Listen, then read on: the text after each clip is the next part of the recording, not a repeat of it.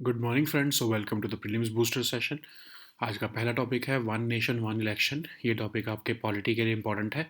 तो एक high level committee जो फॉर्मर प्रेसिडेंट रामनाथ कोविंद जी की चेयरपर्सनशिप में बनाई गई थी, उन्होंने अपनी जो है रिपोर्ट सबमिट कर दी है प्रेसिडेंट द्रौपदी मुर्मू जी को।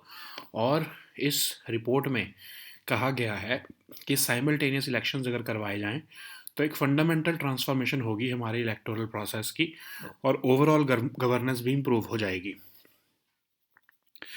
तो concept of one nation one election क्या कहता है कि सभी स्टेट असेंबली इलेक्शंस और लोकसभा इलेक्शंस जो है वो इकट्ठे होने चाहिए।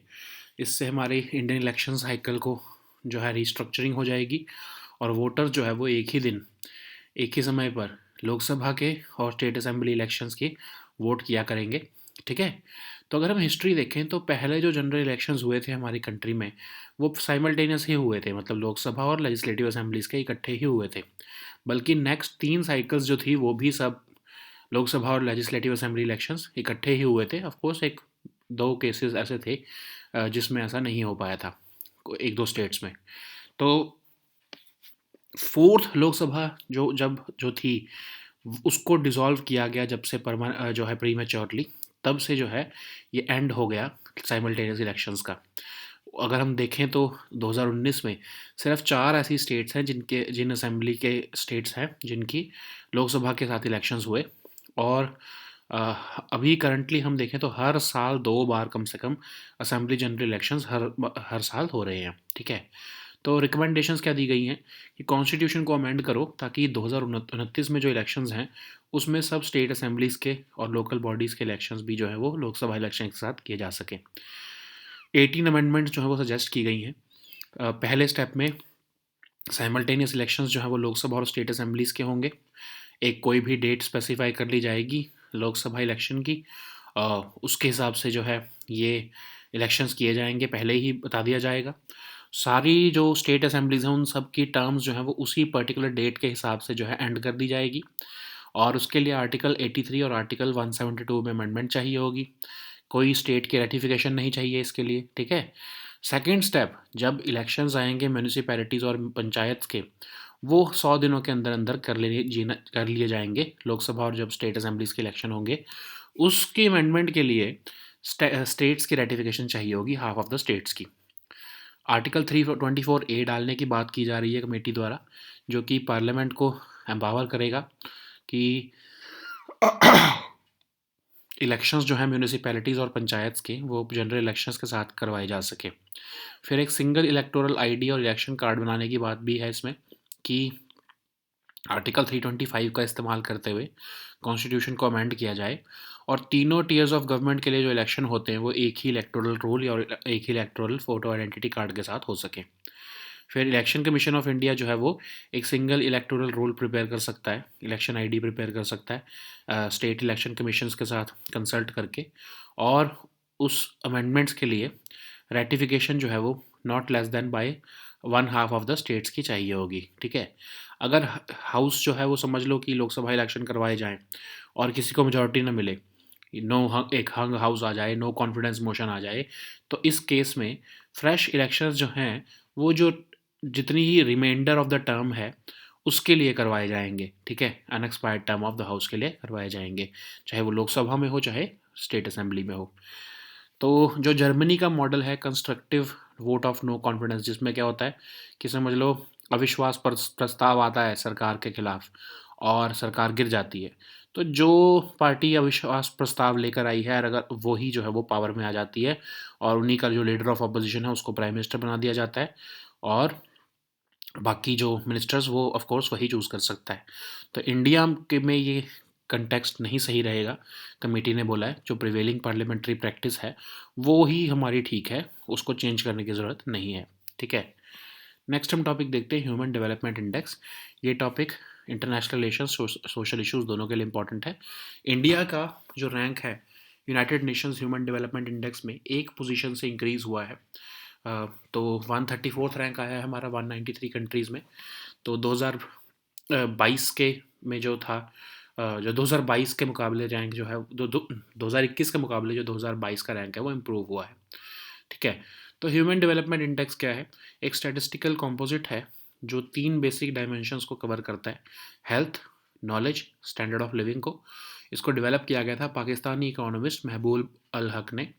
तो एचडीआई के साथ ही एचडीआर भी जो है वो अब जो है ह्यूमन डेवलपमेंट रिपोर्ट जो है वो और भी चीज़ें मेजर करती है, जैसे multi dimensional poverty index, inequality adjusted human development index, gender inequality index और जेंडर डेवलपमेंट इंडेक्स। ठीक है, तो एचडीआई जो है वो अमर्त्य सेन की कैपेबिलिटीज़ अप्रोच को जो है वो एम्बॉडी कर रही है, जिसमें कि ह्यूमन वेलबींग को अंडरस्टैंड किया जाता है। ठीक है, तो अब जो हम की हाइलाइट्स देखें इस रिपोर्ट की, तो इसमें कंट्री जो है उनकी हमारे इंडिया की जो एच डी आई वैल्यू है वो 48.4% इंक्रीज़ हुई है 1990 से लेकर 2022 के बीच में। पहले 0.434 होती थी, अब वो 0.644 हो चुकी है। इंडिया की जो परफॉर्मेंस है कई तरह के इंडिकेटर्स में, अगर हम देखें लाइफ एक्सपेक्टेंसी एट बर्थ, वो भी इम्प्रूव हुई है। एक्सपेक्टेड ईयर्स ऑफ स्कूलिंग में भी इम्प्रूवमेंट देखने को मिली है। ग्रॉस नेशनल इनकम में भी इम्प्रूवमेंट देखने को मिली है। और श्रीलंका जो है वो 78 रैंक पर है, चाइना 75th रैंक पर है, भूटान तो 125th, बांग्लादेश 129th रैंक पर है। सिर्फ नेपाल और पाकिस्तान ही जो है वो लोअर दैन इंडिया रैंक किए गए हैं। ठीक है, इंडिया का जो रैंक है वो जेंडर इनइक्वालिटी में जो है इम्प्रूव हुआ है। 108 से 108 रैंक आया है इंडिया का 186 कंट्रीज़ में। और कंट्री की जो ये जीआईआई वैल्यूज़ हैं जेंडर इनइक्वालिटी इंडेक्स की, वो ग्लोबल एवरेज से अच्छी हैं। ठीक है, और साउथ एशियन एवरेज से भी अच्छी हैं।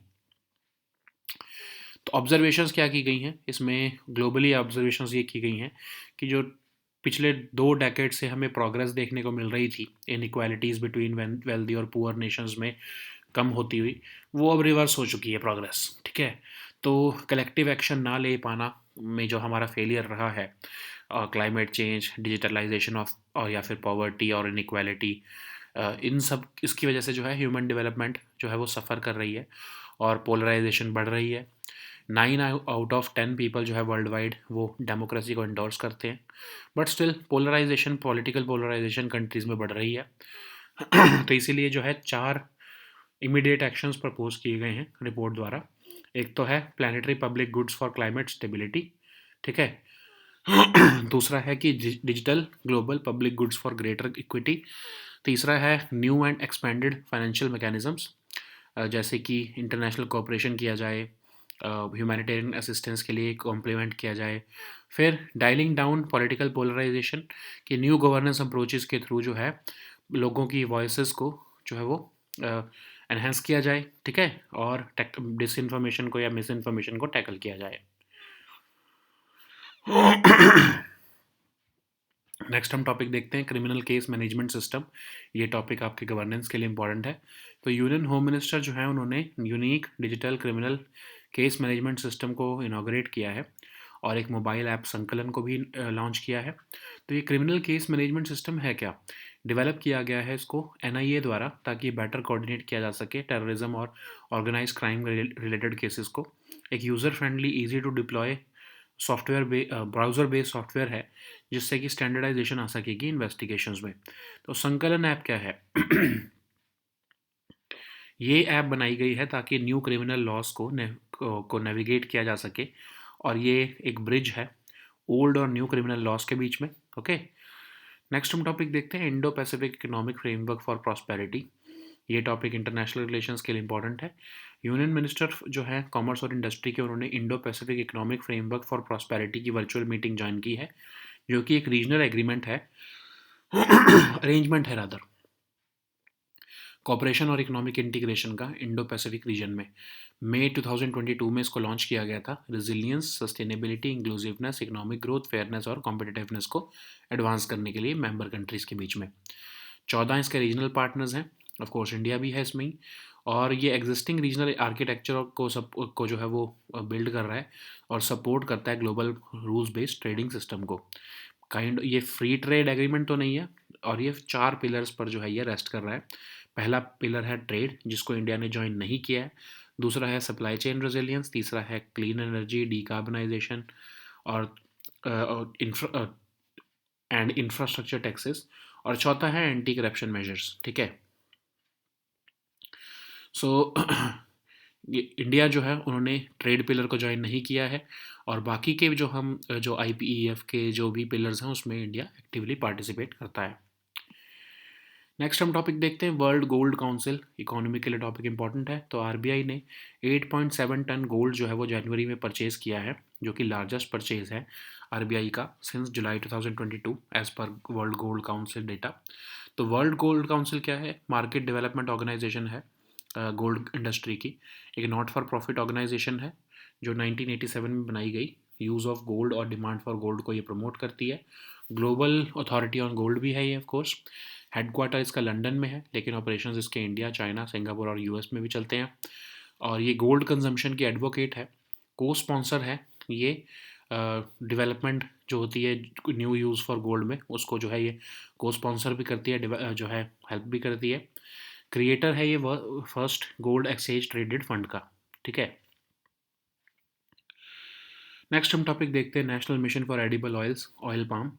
ये टॉपिक आपके गवर्नेंस और इकोनॉमी दोनों के लिए इंपॉर्टेंट है।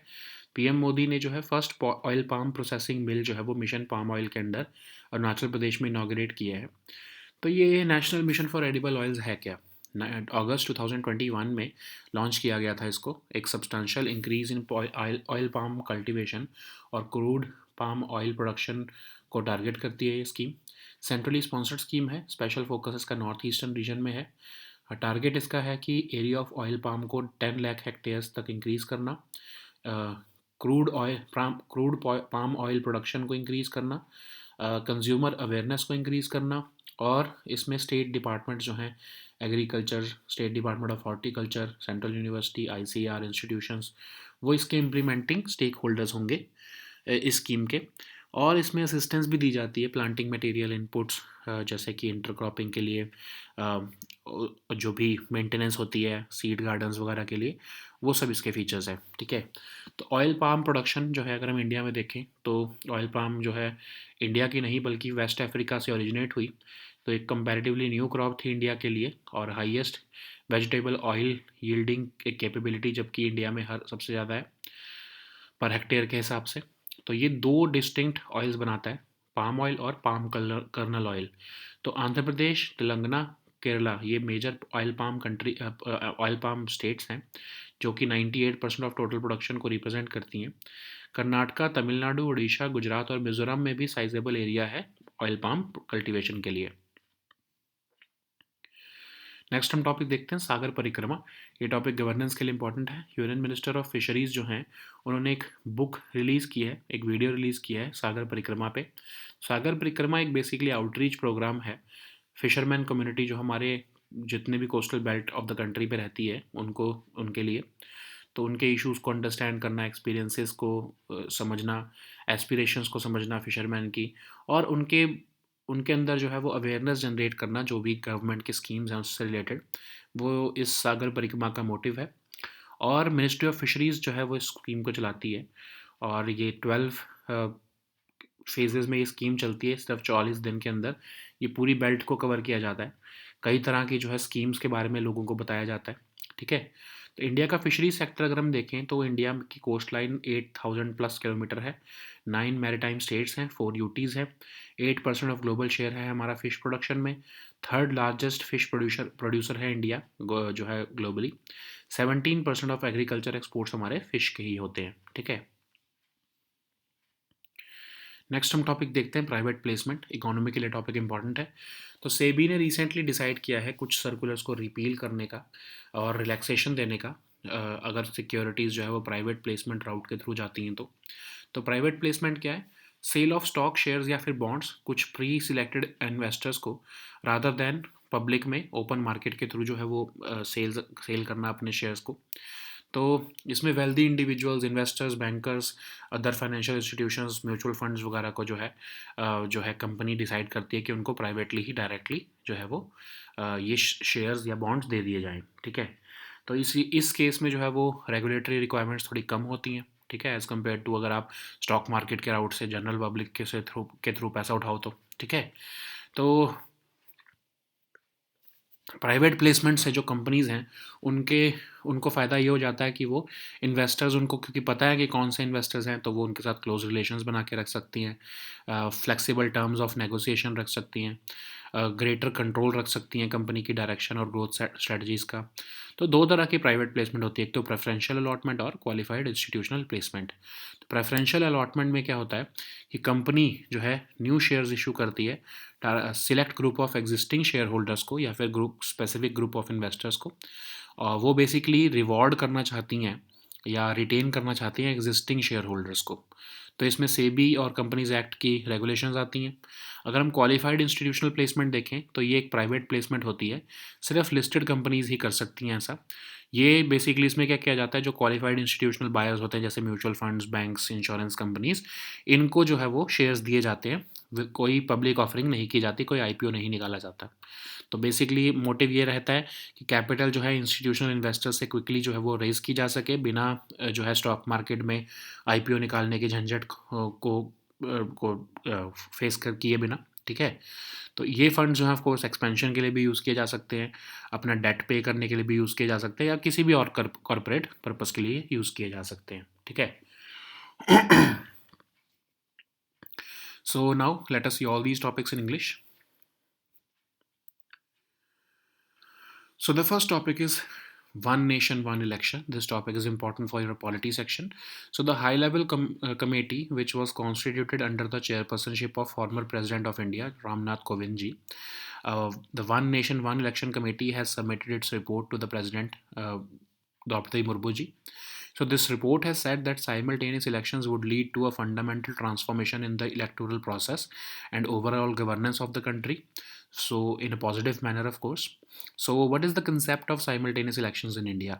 So the concept of one nation, one election envisions a system in which all state and Lok Sabha elections will be held together, okay, or simultaneously. So it will restructure the Indian election cycle, and voters will vote for members of the Lok Sabha and state assemblies on the same day at the same time. So if we look at the history of these elections, then first general elections of free India were held simultaneously for Lok Sabha and state assemblies in 1951. Even the next three cycles of election also witnessed concurrent Lok Sabha and legislative assembly elections, barring a few stray incidents like in Kerala, Nagaland, and Pondicherry. But until fourth Lok Sabha, elections were simultaneous.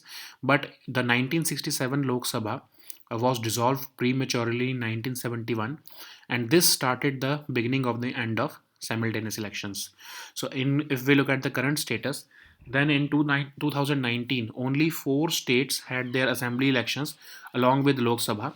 We now have at least 2 rounds of assembly general elections every year. Okay, so what are the key recommendations of this high level committee?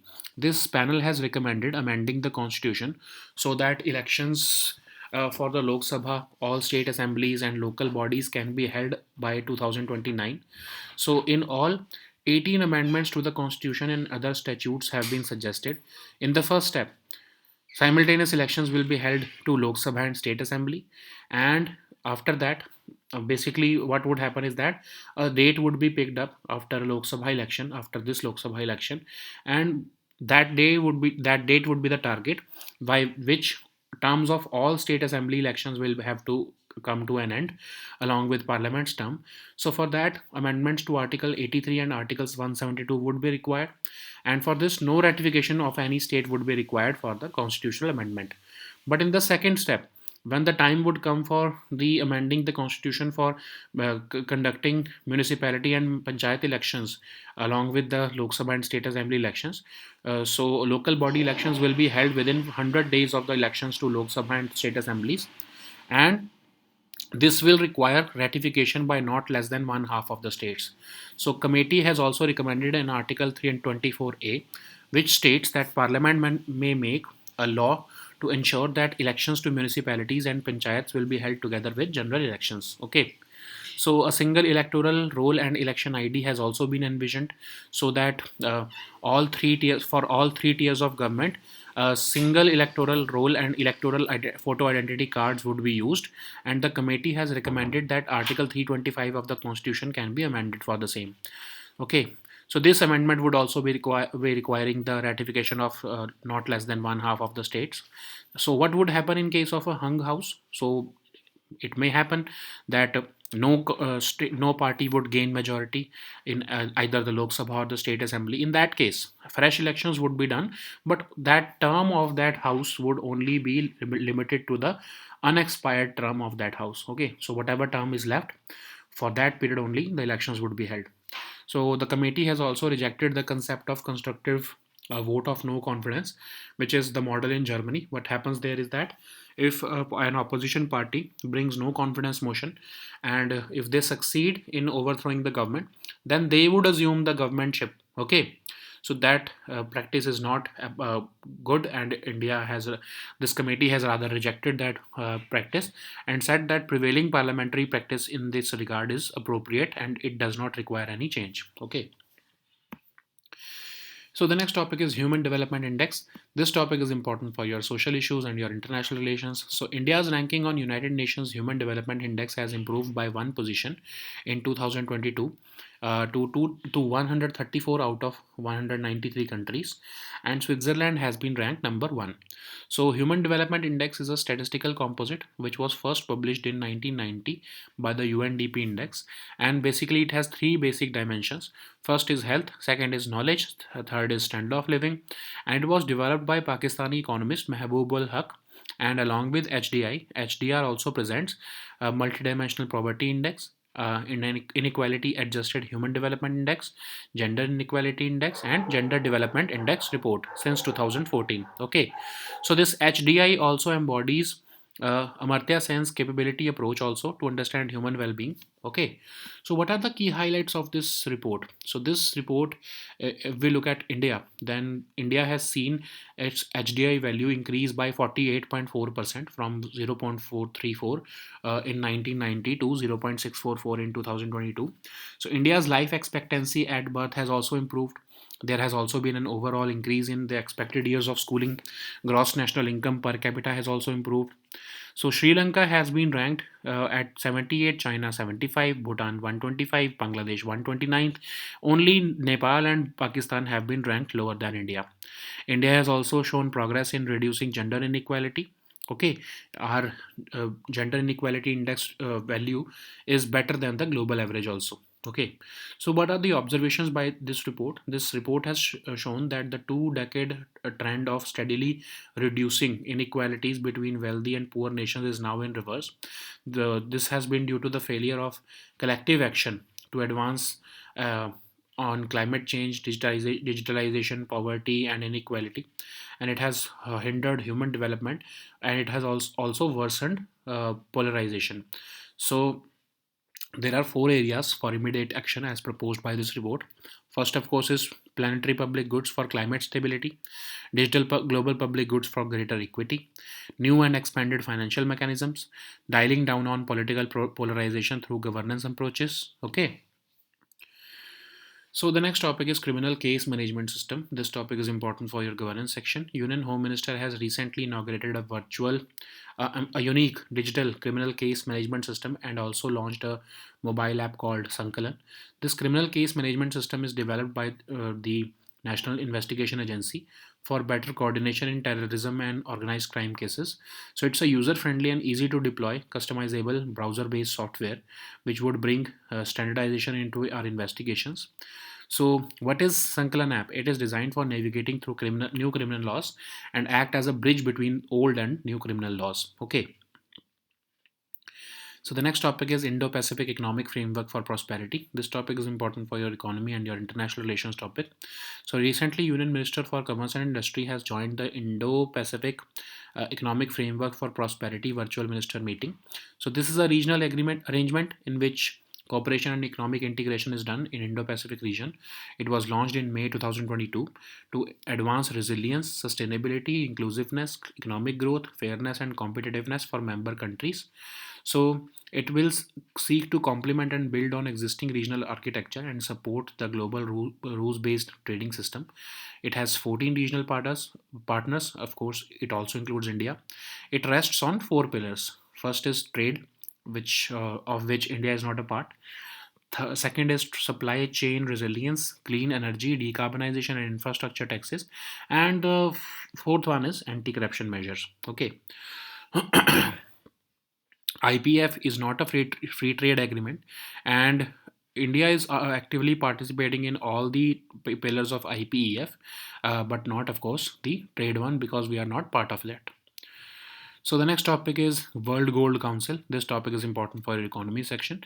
So RBI has recently bought 8.7 tons of gold in January, making it the largest purchase by RBI since July 2022.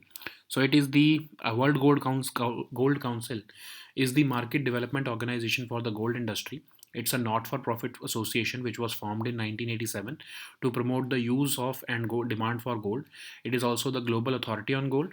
It is headquartered in London with its operations in India, China, Singapore, and US. It is an advocate for gold consumption also. It also co sponsors research in the development of new uses of gold, and it is also the creator of the first gold exchange traded fund. So, the next topic is National Mission for Edible Oils, Palm Oil. Oil palm. So PM Modi has recently inaugurated the first oil palm processing mill under the national mission on palm oil in Arunachal Pradesh.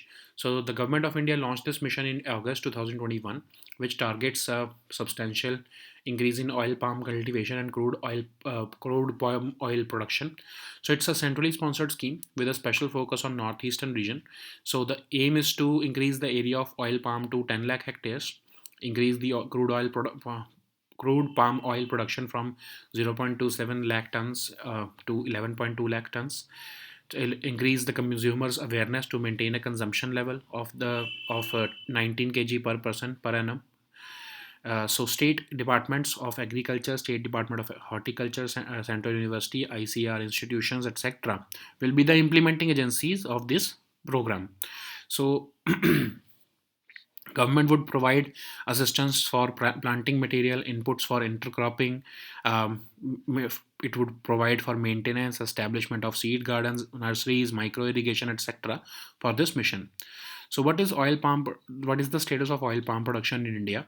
So actually this oil palm originated in West Africa, and it is comparatively a new crop for India, but still we have the highest vegetable oil yielding capability per hectare. Okay, so we produce two distinct oils, palm oil and palm kernel oil. Andhra Pradesh, Telangana, and Kerala are the major oil palm growing states, and which constitute about 98% of total production. So Karnataka, Tamil Nadu, Odisha, Gujarat, and Mizoram, they also have a sizable area under oil palm cultivation. Okay. So the next topic is Sagar Parikrama. This topic is important for your governance section.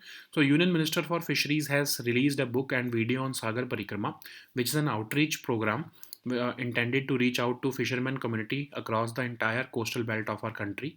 So the initiative is meant to understand the issues, experiences, and aspirations of our fishermen community, and also to create awareness of various schemes and programs of the government available to fishermen in coastal areas. So the nodal ministry is Ministry of Fisheries, of course, and this yatra spanned over 12 captivating phases in just 44 days, and the literature on various schemes of the government are also disseminated through print media, electronic media, to raise awareness among the fishermen community. So if we look at India's fisheries sector, then India has a coastline of about 8,118 kilometers, and it covers 9 maritime states and 4 UTs. The country contributes 8% of global share of fish production, and it is ranked third highest fish producer in the world. So 17% of agricultural exports are constituted by fish only. So the next topic is private placement. This topic is important for your economy section. So SEBI has recently decided to repeal certain circulars which provided relaxation in cases involving the allotment of securities through a private placement route. So a private placement is the sale of stock, shares, or bonds to pre-selected investors and institutions rather than publicly on the open market. So investors invited to participate in private placement programs include wealthy individuals, investors, banks and financial institutions, mutual funds, insurance companies, etc.